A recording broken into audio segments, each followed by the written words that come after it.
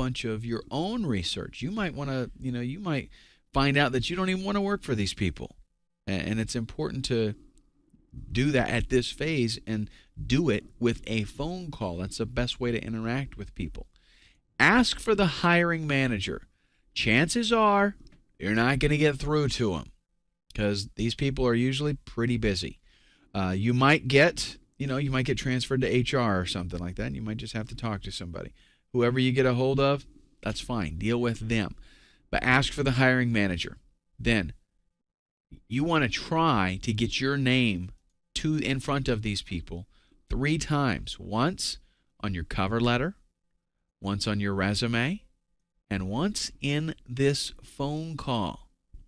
Because this phone call, you could very well hang up and they could, contact HR or something and say, look, this resume is going to be coming and I'd like to see it as soon as it shows up.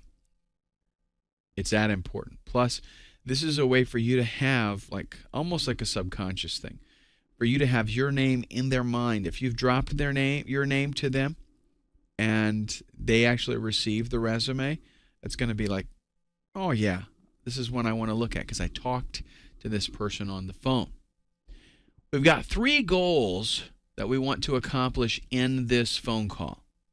Find out what kind of person they're looking for, and a lot of times that'll be a little bit hard to do.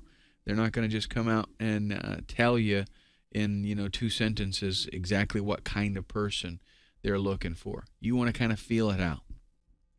Find out how you should submit the resume. They might say mail it. They might say email it. They might say fax it. My recommendation to you, if they say you can mail it or email it, I would do both. And make sure you get the exact person that you should send it to. Give them an overview of how you could help them. That's the third thing, that's the third goal of this phone call, is that you can give them an overview of how you could help them. You want to try to do that fairly briefly, unless the conversation just totally opens up. But in fact, what I'd like to do is give you kind of an overview of what this phone call needs to go like, and just take this as an outline. Okay, this is not like a verbatim. You're not reading from a script or anything like that.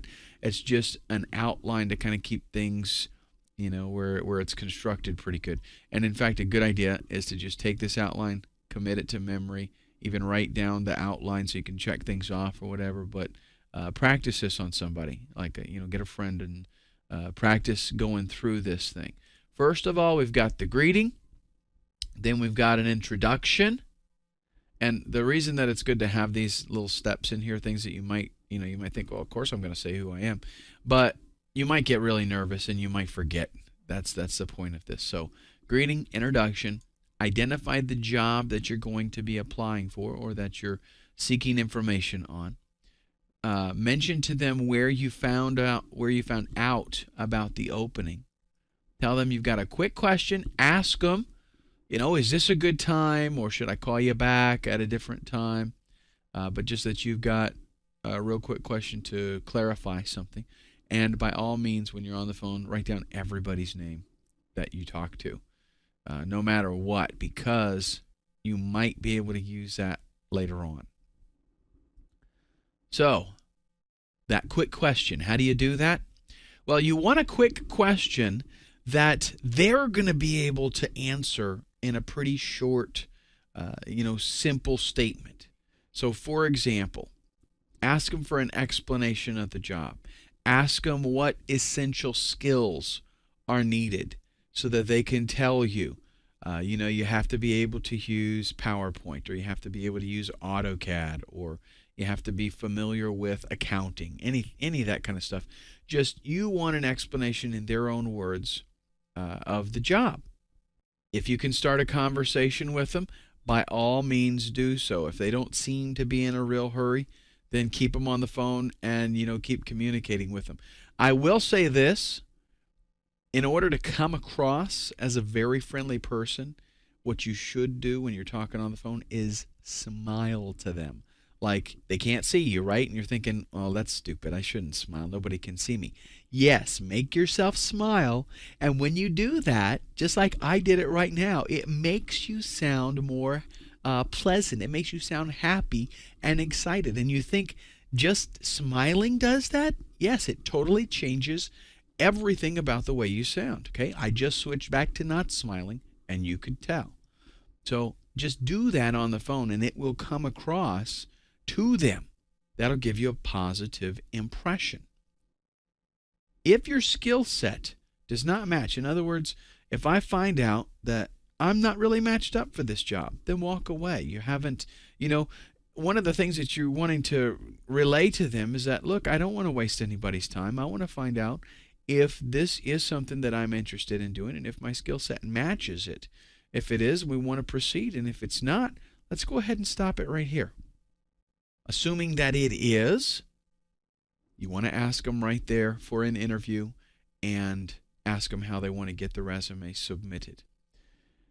Now, during this whole interaction, you want to take notes of any terminology that the hiring manager used, or if it's an HR person, whoever it is that you're talking to. The reason is if maybe on the website or at a recruiter's office or on a job website, somebody might have posted that job that doesn't necessarily have the familiarity that the hiring manager does, or they just use a different set of terms. And they were told to post a job and they went and they did it. The hiring manager is the one that you want to go with. So if you pick up that they use different terminology, then you want to note that. Now you don't, on the phone, you don't want to change your terminology, okay, because it'll sound kind of unnatural. What you do want to do, though, is when you create the resume, that's when you're going to sprinkle in their terminology. And do not forget to say thank you. And by all means, be very professional. Don't be casual. Mr. and Mrs. is totally appropriate when you're at this phase, okay? Now, is it for you? Does your skill set match? Be honest with yourself. There is no reason to get yourself stuck in a job that is not going to be something that you're happy with and that you can't perform effectively. Do you really want to work there? Find out about these people. Find out about the job. Find out about the environment, the work environment, everything that's going on there. And you make that decision. Really, with what I am giving you in this resume course, you're going to be able to be somewhat selective. It's not like you have to just take the first job offer that you get. You can be selective because you're going to get more interviews. Basically, if you do your homework and you do everything that I'm telling you to do here, you're going to get a whole lot of interviews. So don't just rush out and grab a hold of the first thing that comes along. Remember that the hiring manager, the people in HR, whoever it is that you're talking to, they're really busy. Don't just keep them on the phone for no reason. Make sure once you find the information, if they're not interested in having a conversation, then just say, thank you very much. I just wanted to make sure I didn't, waste anybody's time. If you are interested in the job, you let them know. Say, it sounds really exciting and I would like to get an interview. How would you like me to submit my resume? Thank them up and down. Be real friendly and happy.